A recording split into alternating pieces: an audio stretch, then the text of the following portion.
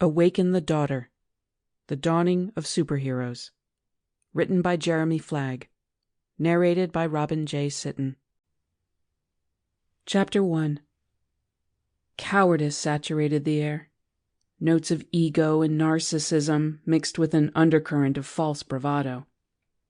From one man, perhaps two, it might have hidden under the stench of chain-smoking and missing ventilation. There was more than that. It drifted off every man this side of the bar. They stared. I didn't need to listen. They whispered, gossiping like a room full of old maids. I violated their sanctuary. At best, they questioned if I entered by accident. At worst, they scanned my body, staring at my breasts, imagining they had a chance of betting me. How dare a woman come to their drinking establishment to drown her sorrows? A bear-sized man came up from behind the bar. Shaking his head, he wagged his thick finger to emphasize his disapproval. No, not again, Nor. I ignored his plea and used my foot to nudge the stool away from the counter. I regretted it the moment I sat down.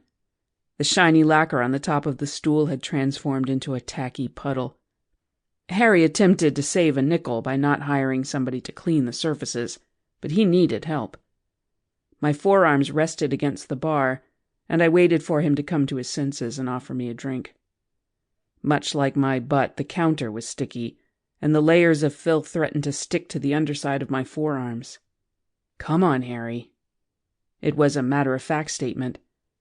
There is no flirting to get my way, no batting eyelashes like a youthful harlot.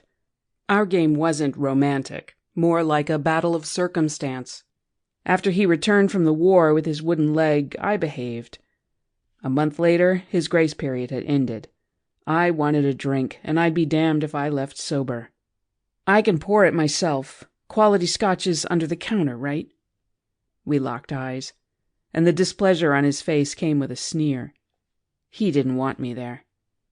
Not because he feared trading witty banter, but because he was aware of the type of men frequenting his establishment.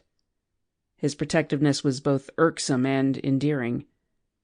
It would be far more charming once I drained 2 fingers of scotch.